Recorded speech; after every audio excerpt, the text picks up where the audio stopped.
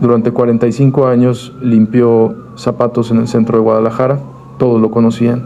Don José, el bolero de la Plaza Tapatía, un anciano de 68 años, delgado, encorvado, siempre con su cajón de madera y sus cepillos gastados, arrodillado, todos los días, limpiando los zapatos de doctores, abogados, comerciantes, turistas y también de criminales, porque en Guadalajara hasta los sicarios del CJNG quieren sus zapatos bien lustrados.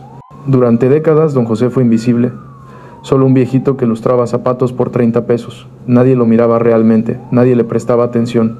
Pero en febrero de 2022, el cartel Jalisco Nueva Generación cometió un error que les costaría 31 vidas.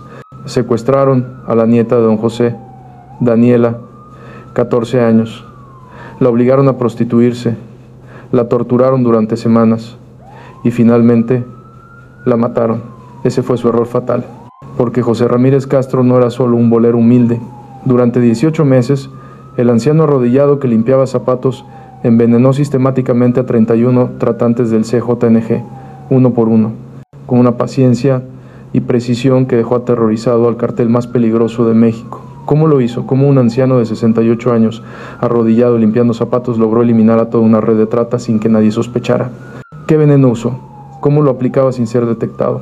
¿Y por qué cuando las autoridades finalmente descubrieron la verdad, toda Guadalajara salió a las calles a defenderlo? Quédate hasta el final porque esta historia tiene un giro que te va a romper el corazón, un giro que demuestra que los hombres más peligrosos no son los que portan armas, son los que ya no tienen nada que perder y los que la sociedad ignora completamente. Si te gustan estas historias reales del crimen organizado en México, dale like ahora y suscríbete. Traemos casos documentados que no verás en ningún otro lado. Ahora sí, déjame contarte quién era José Ramírez Castro antes de convertirse en el bolero justiciero.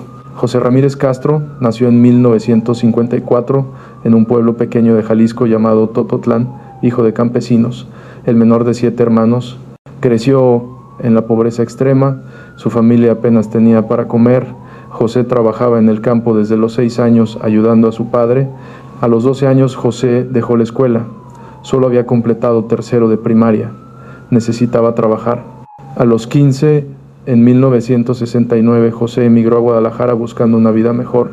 Llegó sin dinero, sin familia, sin educación. Durmió en las calles durante semanas, comía de la basura, pedía limosna. Un día un bolero viejo llamado Don Refugio lo vio mendigando en la Plaza Tapatía. «Chamaco, ¿quieres trabajar o solo quieres pedir limosna?» José respondió: «Quiero trabajar, señor, lo que sea». Don Refugio le enseñó el oficio de bolero. Era simple pero requería técnica, cómo preparar la cera, cómo aplicar el betún, cómo cepillar para sacar brillo, cómo tratar al cliente. José aprendió rápido. Era trabajador, disciplinado, honesto. A los 16 años ya tenía su propio cajón de bolero. Lo construyó él mismo con madera que encontró. Compró sus primeros cepillos y betún con monedas que había ahorrado. Se instaló en la Plaza Tapatía, en el corazón de Guadalajara. Ahí pasaría los siguientes 45 años de su vida, arrodillado, limpiando zapatos. José trabajaba de 7 de la mañana a 8 de la noche, todos los días, sin descanso. Cobraba 15 pesos por lustrada en los años 70, luego 20, luego 30 en los 2000 segundo. Ganaba entre 150 y 300 pesos diarios. No era mucho, pero para José era suficiente. En 1975, a los 21 años, José conoció a María del Carmen, una mesera que trabajaba en un restaurante cerca de la plaza. Se enamoraron, se casaron en 1976 en una ceremonia humilde en una iglesia del centro. En 1977 nació su única hija, Lucía. José adoraba a Lucía, era su princesa, su razón de vivir. Trabajaba largas horas para darle lo que él nunca tuvo: educación, comida, un techo digno. María del Carmen también trabajaba. Entre los dos sostenían a la familia modestamente pero con dignidad. Lucía creció viendo a su padre arrodillado limpiando zapatos. Algunos niños se burlaban de ella en la escuela. «Tu papá es el bolero», le decían con desprecio. Pero Lucía nunca sintió vergüenza, sentía orgullo. Su padre era un hombre trabajador y honesto. Lucía estudió enfermería, se graduó en 1998, consiguió trabajo en un hospital público. José lloró de orgullo el día que su hija se graduó, una enfermera. Su hija era enfermera. En 2005, Lucía se casó con Fernando, un maestro de primaria. José pagó la boda completa con sus ahorros de años. En 2008 nació la nieta de José, Daniela. Cuando José cargó a esa bebé por primera vez, sintió algo que nunca había sentido, un amor aún más profundo que el que sentía por su propia hija. Daniela era su luz, su alegría. Cada tarde, después de trabajar, José pasaba por la casa de Lucía para ver a Daniela, le llevaba dulces, le contaba historias, jugaba con ella. Daniela lo adoraba. Abuelito Pepe le decía, porque no podía pronunciar José. Conforme Daniela crecía, José soñaba con verla graduarse, casarse, tener sus propios hijos. En 2010, María del Carmen, la esposa de José, murió de cáncer.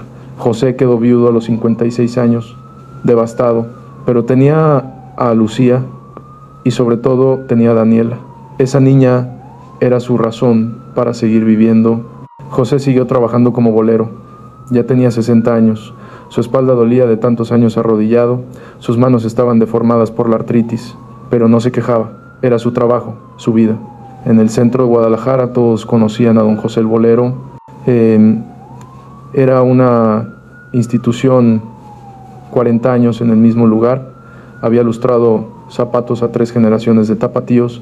Políticos, empresarios, estudiantes, turistas, todos habían pasado por su cajón, y también criminales, porque Guadalajara había cambiado dramáticamente. El CJNG, el Cártel Jalisco Nueva Generación, había nacido ahí.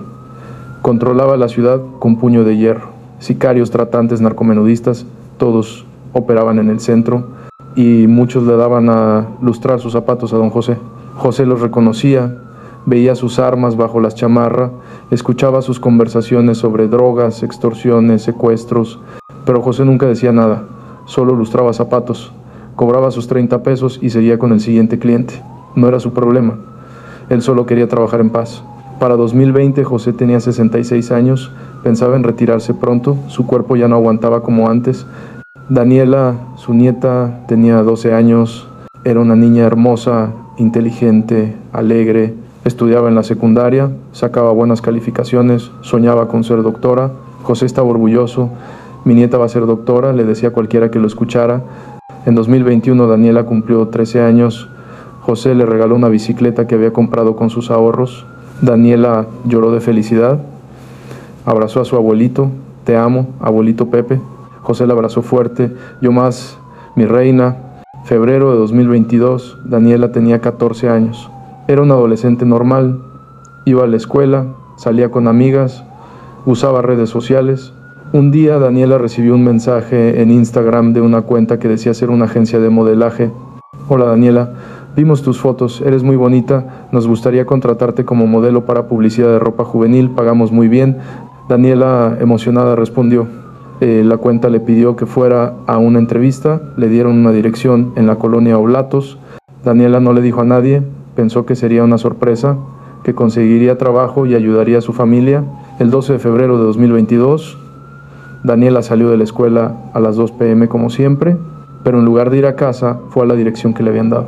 Cuando llegó, no era una agencia de modelaje, era una casa de seguridad del CJNG. La estaban esperando, 3 hombres la agarraron, la metieron a la fuerza. Daniela gritó, nadie ayudó. La secuestraron. A las 6 p.m., Lucía, la madre de Daniela, comenzó a preocuparse. Su hija no había llegado de la escuela. Le marcó al celular. No contestaba. A las 7 p.m., Lucía entró en pánico. Llamó a la policía. La policía le dijo que tenía que esperar 72 horas para reportar una desaparición.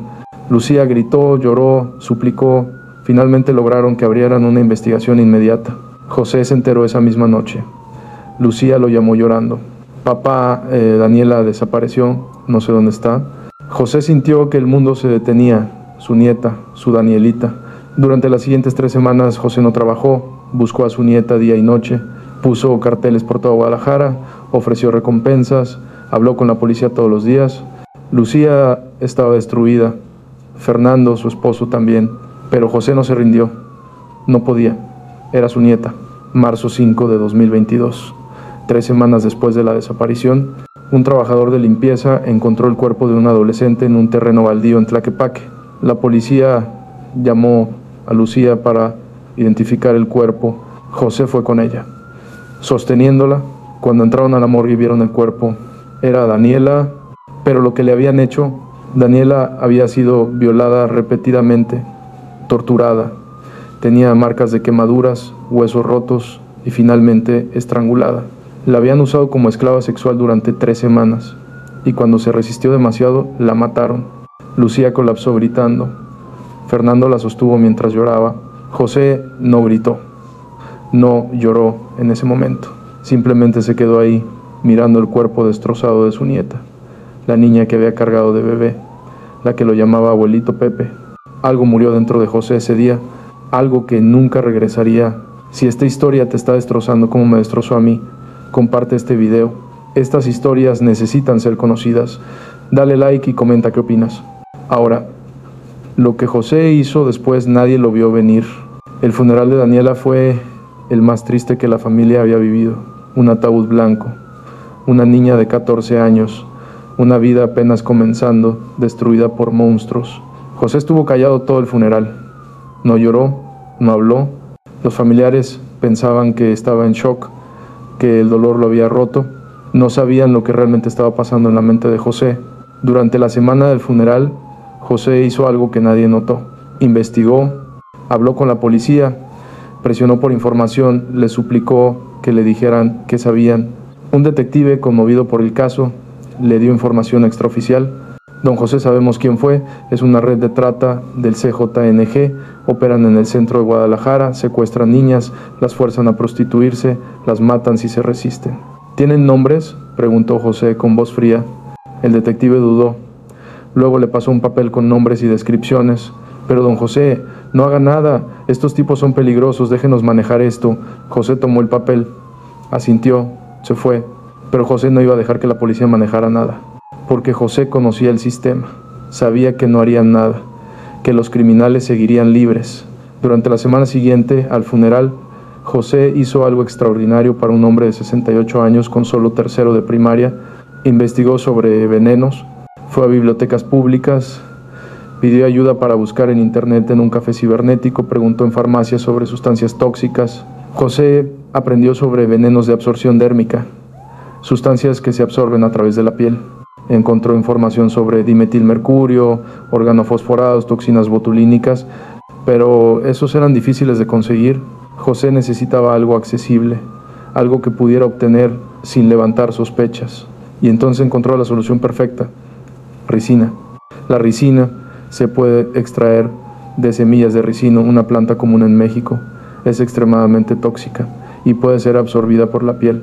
José compró semillas de ricino en un vivero, le dijeron que era para decoración. Siguiendo instrucciones que encontró en internet, José extrajo ricina de las semillas. Era un proceso peligroso, pero José tenía cuidado.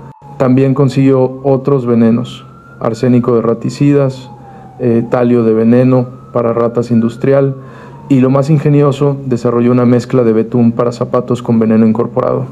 Lo probó primero en ratas, funcionó.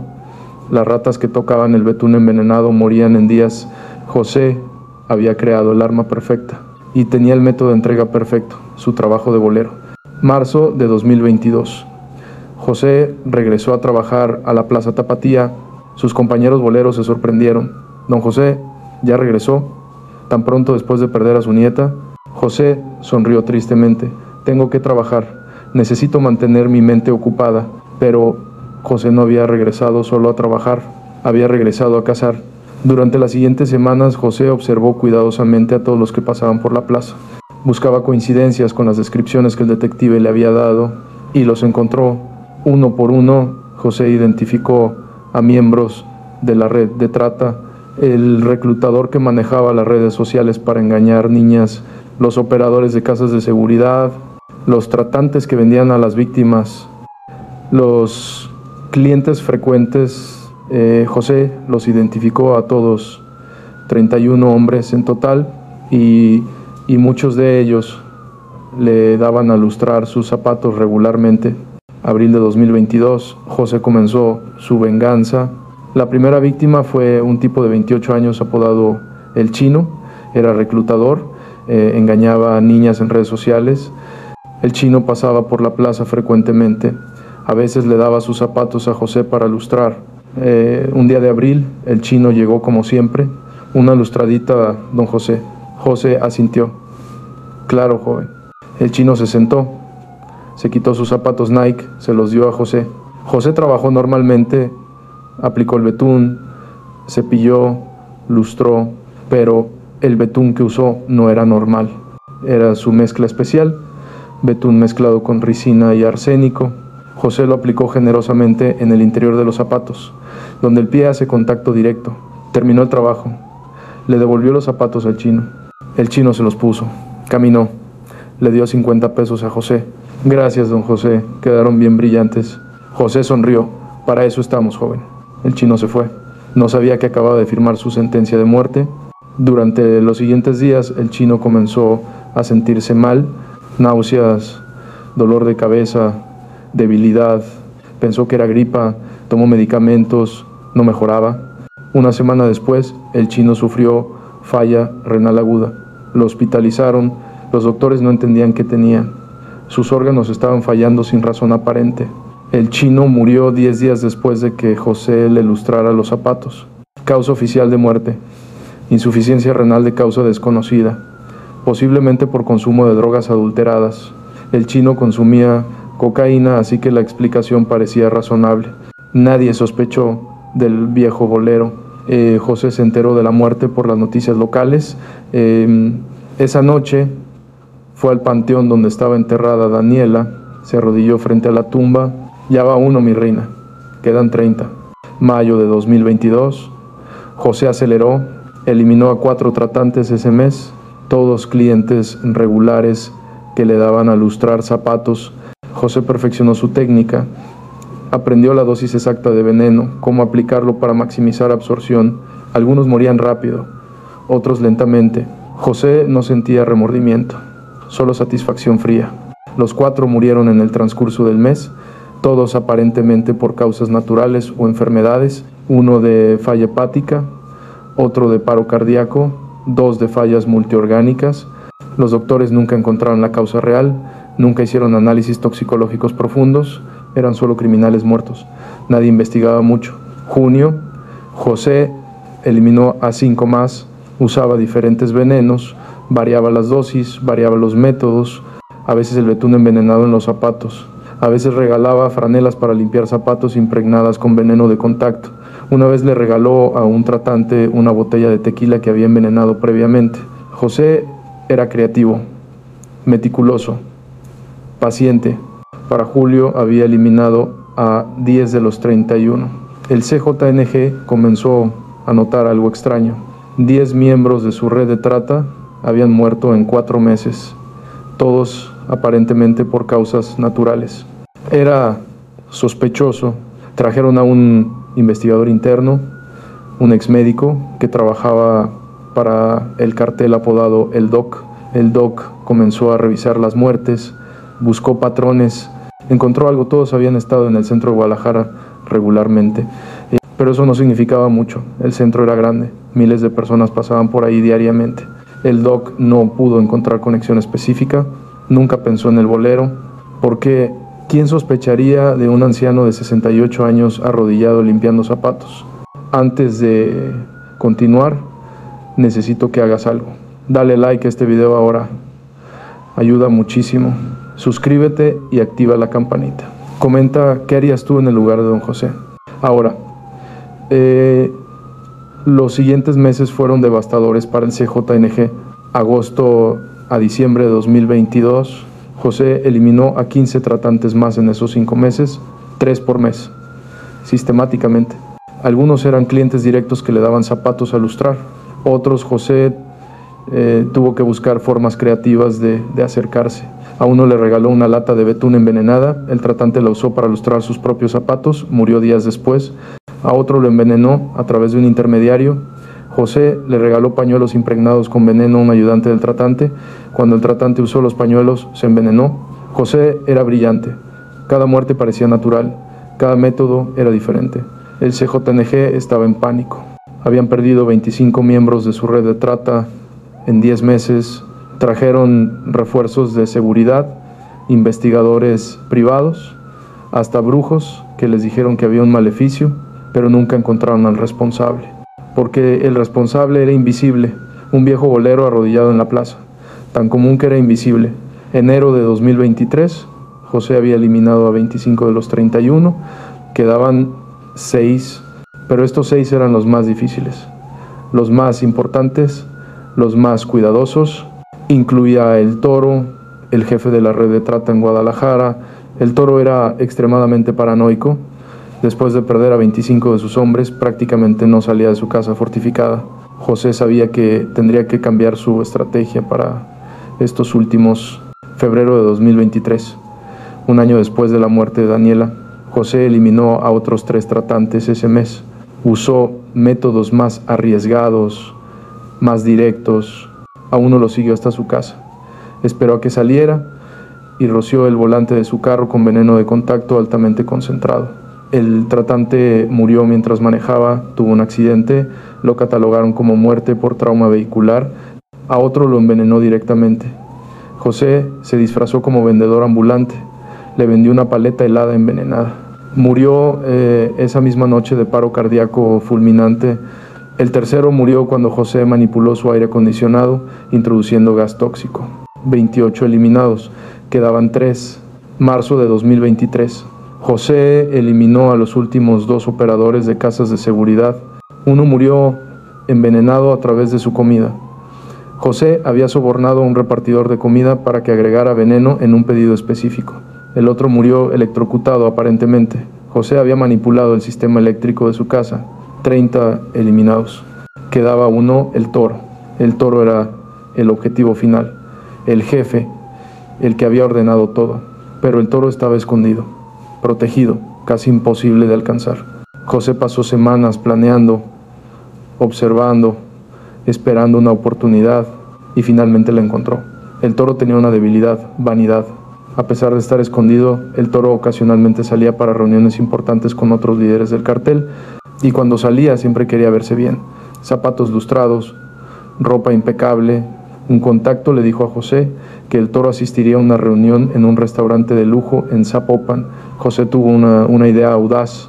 Abril 15 de 2023, José se vistió con su ropa de bolero, tomó su cajón, tomó sus cepillos y fue al restaurante donde sería la reunión. Habló con el gerente: señor, vengo a ofrecer mis servicios, sé lustrar zapatos, puedo ofrecer mi servicio a sus clientes de lujo, no cobro mucho, es para complementar mi pensión. El gerente lo miró, un viejito humilde, inofensivo. Está bien, don, puede ofrecer su servicio afuera. José se instaló afuera del restaurante, esperó. A las 8 p.m. llegó el Toro con sus guardaespaldas. José lo reconoció inmediatamente. Lo había visto en fotos que el detective le había dado. Cuando el Toro estaba a punto de entrar al restaurante, José lo llamó. Señor, ¿gusta una lustradita? Sus zapatos se verán impecables para su reunión. El Toro lo miró. Un viejo bolero, inofensivo. Sus guardaespaldas revisaron a José. No tenía armas, solo cepillos y betún. Ándale, don, rápido. El Toro se sentó en una banca afuera. Se quitó sus zapatos italianos carísimos. José tomó los zapatos, los examinó. Bonitos zapatos, señor. El Toro sonrió con arrogancia. Son de 20,000 pesos. José asintió. Se merecen un buen lustrado entonces. José trabajó meticulosamente. Aplicó betún, pero no betún normal. Aplicó su mezcla más letal: ricina ultraconcentrada, talio, arsénico, una combinación mortal. Lo aplicó generosamente en el interior, donde el pie haría contacto directo con la piel. Terminó. Los zapatos brillaban como espejos. Le devolvió los zapatos a el Toro. El Toro se los puso. Admiró el brillo. Buen trabajo, viejo. Le dio 200 pesos a José. José los tomó. Gracias, señor, que tenga buena noche. El Toro entró al restaurante. José empacó sus cosas. Se fue caminando lentamente. Sabía que acababa de firmar la sentencia de muerte del último responsable de la muerte de Daniela. Durante las siguientes 48 horas, el Toro comenzó a sentirse mal. Primero náuseas, luego dolor intenso, después convulsiones. Sus guardaespaldas lo llevaron a un hospital privado. Los mejores doctores lo atendieron, no entendían qué tenía. Sus órganos estaban fallando simultáneamente, como si hubiera sido envenenado. Hicieron análisis de sangre, encontraron trazas de múltiples toxinas. Alguien lo había envenenado. ¿Pero quién? ¿Cuándo? ¿Cómo? El toro murió 72 horas después del lustrado. En su agonía, el toro intentó recordar qué había comido, qué había tocado. Nunca pensó en sus zapatos. En el viejo bolero, cuando el toro murió, el CJNG entró en caos total. Habían perdido a su jefe de trata y a 30 miembros de su red en 14 meses. Sabían que alguien los había estado cazando, pero nunca encontraron quién. José se enteró de la muerte por las noticias. Esa noche fue al panteón donde estaba Daniela. Se arrodilló, como había estado arrodillado durante 45 años limpiando zapatos, pero esta vez no arrodillado en sumisión, arrodillado en victoria.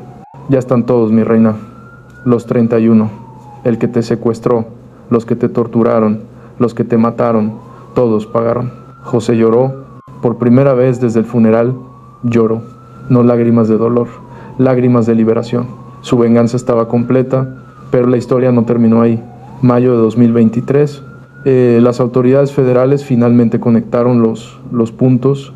31 miembros de una red de trata muertos en 14 meses, la mayoría por envenenamiento, según análisis tardíos.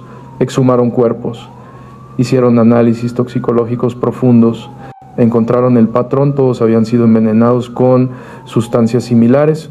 Comenzaron a buscar conexiones, revisaron cámaras de seguridad, entrevistaron testigos, buscaron patrones de movimiento y encontraron algo. Varios de las víctimas habían sido vistos en el centro de Guadalajara, específicamente en la Plaza Tapatía.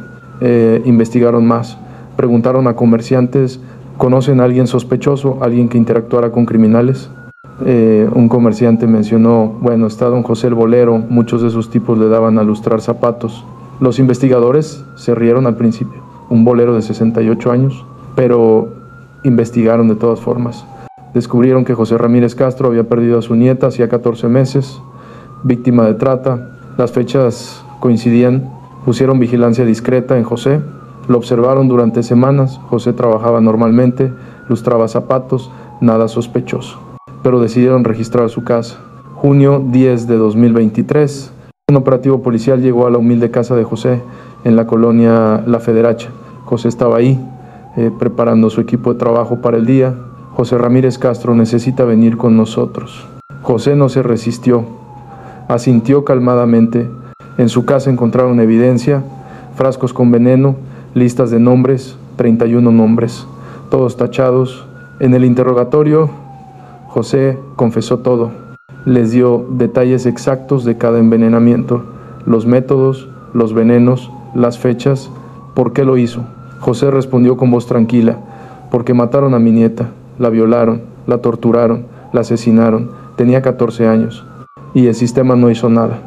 Así que hice justicia yo mismo. No sentía que estaba mal. José lo miró directamente. ¿Mal? ¿Saben qué es mal? Mal es que una niña de 14 años sea secuestrada, violada y asesinada. Mal es que los responsables sigan libres. Yo solo equilibré las cosas. El caso explotó en los medios. El bolero justiciero. El anciano que envenenó a 31 tratantes. México se dividió brutalmente. Algunos lo llamaban asesino serial, monstruo, criminal. Otros lo llamaban héroe, justicia pura, el vengador que todos necesitamos. En Guadalajara la reacción fue masiva. Miles de personas salieron a las calles exigiendo la liberación de José. Don José es un héroe, gritaban. Eliminó 31 tratantes que el gobierno no pudo tocar.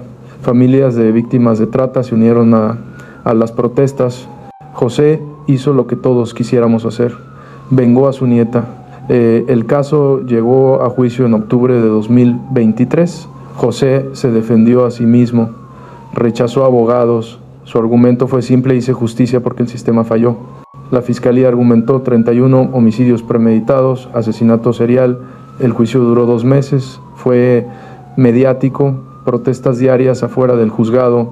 En diciembre de 2023 llegó el veredicto: culpable de 31 homicidios calificados, pero con circunstancias atenuantes extraordinarias. Sentencia: 20 años de prisión, pero con beneficios preliberatorios inmediatos por su edad avanzada, falta de antecedentes y las circunstancias. Tiempo efectivo, 6 años. José saldrá de prisión a los 75 años y aquí viene el giro final. 3 meses después del veredicto, marzo de 2024, algo extraordinario pasó. Una organización de boleros de todo México organizó una colecta. Juntaron dinero para apoyar a José en prisión, para pagarle buenos abogados de apelación. Más de 50,000 boleros de todo el país contribuyeron. El bolero justiciero se había convertido en símbolo de su gremio. Hoy, José Ramírez Castro está en prisión en Jalisco cumpliendo su condena. Tiene 69 años, su salud es delicada, artritis severa, problemas de espalda por 45 años arrodillado, pero los otros presos lo respetan profundamente, lo protegen, lo cuidan. Muchos son padres, abuelos, entienden por qué hizo lo que hizo.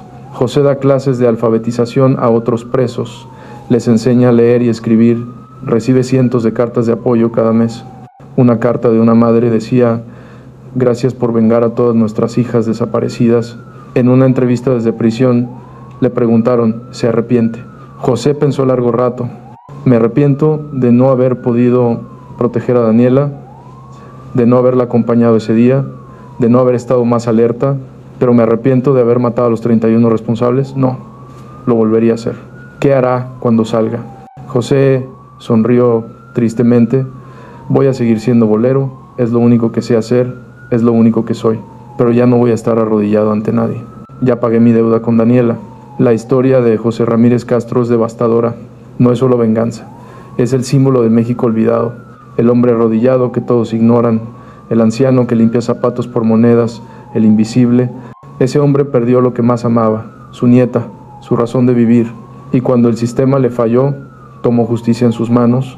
Durante 14 meses, con paciencia de 45 años de trabajo humilde, casó a 31 criminales, envenenó sus zapatos, los zapatos que él mismo lustraba con sus manos artríticas. Algunos dirán que es un asesino, otros que es un héroe. La verdad es que José Ramírez Castro era solo un abuelo que amaba a su nieta más que a su propia vida, y que cuando se la quitaron decidió que si iba a pasar sus últimos años en prisión, al menos lo haría sabiendo que había hecho justicia. 31 tratantes del CJNG cayeron por las manos de un bolero de 68 años, arrodillado, pero nunca derrotado. Esta fue la historia del bolero justiciero, real, documentada, desgarradora. Si te impactó, comparte este video, comenta qué opinas. ¿Justicia o venganza? Suscríbete al canal, traemos historias reales como esta cada semana. Nos vemos en el próximo video. Y recuerda, nunca ignores al hombre arrodillado, porque los hombres más peligrosos no son los que gritan, son los que trabajan en silencio, los que esperan pacientemente, los que ya no tienen nada que perder.